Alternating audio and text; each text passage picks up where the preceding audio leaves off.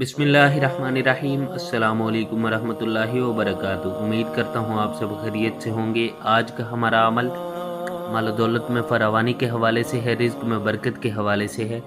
اگر آپ رزق میں برکت چاہتے ہیں، مال و دولت میں فراوانی چاہتے ہیں تو آپ یہ مختصر سا عمل کر لیجئے۔ انشاءاللہ آپ کا کوئی بھی مالی مسئلہ ہے یا آپ کی کوئی حاجت ہے، اپنے لیے گھر حاصل کرنا چاہتے ہیں، گاڑی حاصل کرنا چاہتے ہیں یا کچھ بھی حاصل کرنا چاہتے ہیں، یا آپ کا کوئی مالی مسئلہ ہے کسی قسم کا، آپ قرض سے نجات حاصل کرنا چاہتے ہیں، رزق کی تنگی کو دور کرنا چاہتے ہیں، غربت کی زندگی سے پریشان ہے، غربت کو ختم کرنا چاہتے ہیں، یا آپ کا کوئی اور مسئلہ ہے، کسی بھی قسم کا آپ کا کوئی بھی مسئلہ ہے، اچانک پیسوں کی ضرورت ہے، آپ اپنی ضرورت کو پورا کرنا چاہتے ہیں، یا کسی بھی قسم کا مسئلہ ہے، چاہے چھوٹا ہے یا بڑا ہے، آپ اس کا حل چاہتے ہیں، تو آپ یہ مختصر سا عمل کر لیجئے۔ انشاءاللہ آپ کا ہر مسئلہ حل ہو جائے گا۔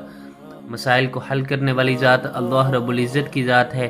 اللہ رب العزت کے علاوہ کوئی ہمارے مسئلوں کو حل نہیں کر سکتا اور نہ ہی کوئی ہماری پریشانیوں کو دور کر سکتا ہے۔ اللہ رب العزت کی ذات عزت ذلت کی مالک ذات ہے۔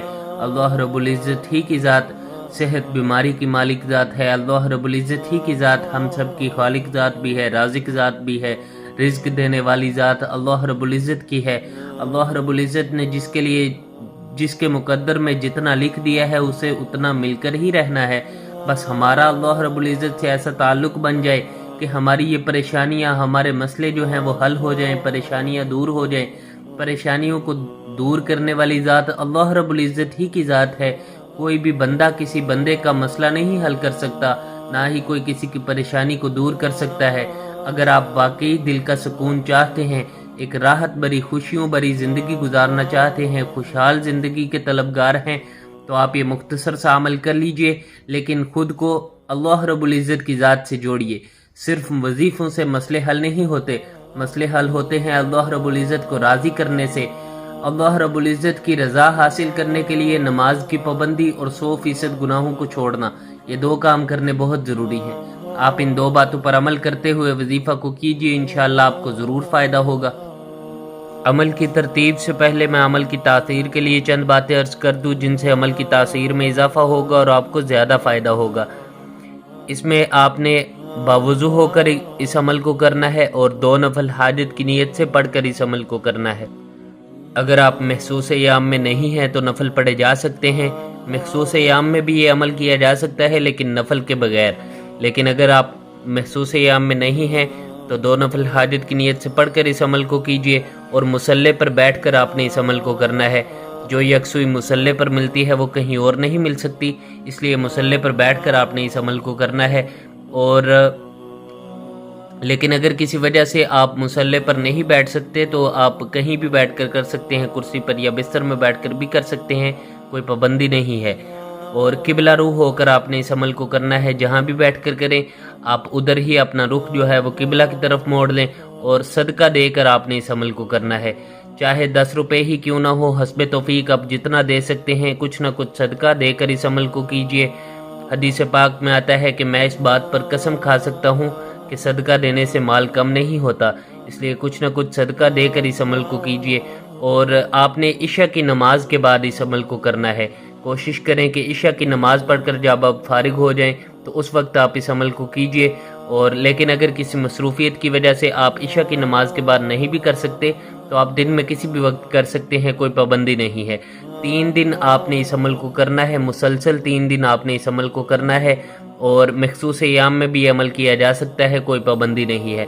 عمل کی ترتیب شروع کرتے ہیں، اس سے پہلے بات کرتے ہیں عمل کی اجازت کی۔ اس عمل کی عام اجازت سب کے لیے ہے، اگر خاص اجازت چاہتے ہیں تو ہمارے چینل کو سبسکرائب کر لیجئے۔ اس عمل کی عام اجازت سب کے لیے ہے، خاص اجازت چاہتے ہیں تو ہمارے چینل کو سبسکرائب کر لیجئے۔ عمل کی ترتیب سن لیجئے۔ سب سے پہلے آپ نے یا ارحم الراحمین پڑھنا ہے 3 مرتبہ۔ 3 مرتبہ آپ نے یا ارحم الراحمین پڑھنے کے بعد آپ نے یا رزاق یا اللہ جل جلالہ 10 مرتبہ اس کا ذکر کرنا ہے۔ اللہ رب العزت کی ذات کو ان اسماء مبارک سے پکارنا ہے، یا رزاق یا اللہ جل جلالہ۔ آنکھوں کو آپ نے بند کر لینا ہے اور سر کو جھکا لینا ہے، پھر آپ نے ذکر کرنا ہے۔ ذکر کرنے کے بعد آپ نے 3 مرتبہ درود ابراہیمی پڑھ لینا ہے۔ درود ابراہیمی نماز والا جو درود ہے آپ نے اس کو 3 مرتبہ پڑھ لینا ہے۔ اس کے بعد آپ نے دعا کرنی ہے۔ دعا کا طریقہ یہ ہے کہ سب سے پہلے آپ نے اللہ رب العزت کی عظمت اور بڑائی بیان کرنی ہے، اللہ رب العزت کے احسانات کا، نعمتوں کا شکر ادا کرنا ہے۔ اللہ رب العزت کی دی ہوئی بے شمار نعمتیں ہیں ہمارے پاس، جن کا ہم دن میں کتنی دفعہ استعمال کرتے ہیں اور شکر کی کیفیت ہمارے دل میں پیدا نہیں ہوتی۔ اللہ رب العزت کی دی ہوئی نعمتوں کو یاد کر کے ان کا شکر ادا کیجئے۔ 2-4 منٹ میں جتنی نعمتیں یاد آ جائیں یاد کر کے ان کا شکر ادا کیجئے اور پھر اپنا مسئلہ بیان کیجئے۔ جو بھی آپ کی حاجت ہے، جو بھی آپ کا مسئلہ ہے، آپ اس کو بیان کیجئے، اللہ رب العزت کو بتائیے، اللہ رب العزت آپ کا وہ مسئلہ حل فرما دیں گے۔ آپ کی کوئی بھی حاجت ہے، کوئی بھی پریشانی ہے، آپ اللہ رب العزت سے مانگ سکتے ہیں، اللہ رب العزت آپ کو عطا کر دیں گے۔ دعا کر کے جب آپ فارغ ہو جائیں 3 سے 5 منٹ لازمی آپ نے دعا کرنی ہے۔ دعا کر کے جب آپ فارغ ہو جائیں تو آخر میں آپ نے 3 مرتبہ پھر درود ابراہیمی پڑھ لینا ہے۔ دعا کے اول اور آخر میں درود پاک آپ نے لازمی پڑھنا ہے، اور دعا بھی اسی ترتیب سے کرنی ہے۔ سب سے پہلے اللہ رب العزت کی عظمت اور بڑائی بیان کرنی ہے، اس کے بعد اللہ رب العزت کے احسانات کا شکر ادا کرنا ہے، اور پھر اپنا مسئلہ بیان کرنا ہے اور دعا کرنی ہے کہ پیارے اللہ جی، جدھر آپ کے اتنے احسانات ہیں، مجھ پر ایک احسان اور فرما دیجئے۔ میرا یہ چھوٹا سا مسئلہ ہے، بے شک آپ کے علاوہ میری اس پریشانی کو کوئی دور نہیں کر سکتا، آپ میری اس پریشانی کو دور کر دیجئے، میرے اس مسئلے کو حل کر دیجئے۔ دعا کے بعد آپ نے 3 مرتبہ پھر درود ابراہیمی پڑھنا ہے۔ حدیث پاک میں آتا ہے کہ وہ دعا اللہ رب العزت تک پہنچی ہی نہیں جس کے اول اور آخر میں درود نہ ہو، اس لیے کم از کم 3 مرتبہ درود ابراہیمی لازمی پڑھ لیجئے گا۔ اپنا نام، اپنی والدہ کا نام کسی کو نہ دیں، جادو، نظر، بد بندش کے نام پر لوٹنے والوں کو پیسے ہرگز نہ دیں۔ مزید اس عمل کے لیے کوئی شرائط نہیں ہے۔ ویڈیو پسند آئی ہو تو ہماری حوصلہ افزائی کے لیے لائک کر دیجئے، عمل کی خاص اجازت کے لیے ہمارے چینل کو سبسکرائب کر لیجئے۔ السلام علیکم ورحمۃ اللہ وبرکاتہ۔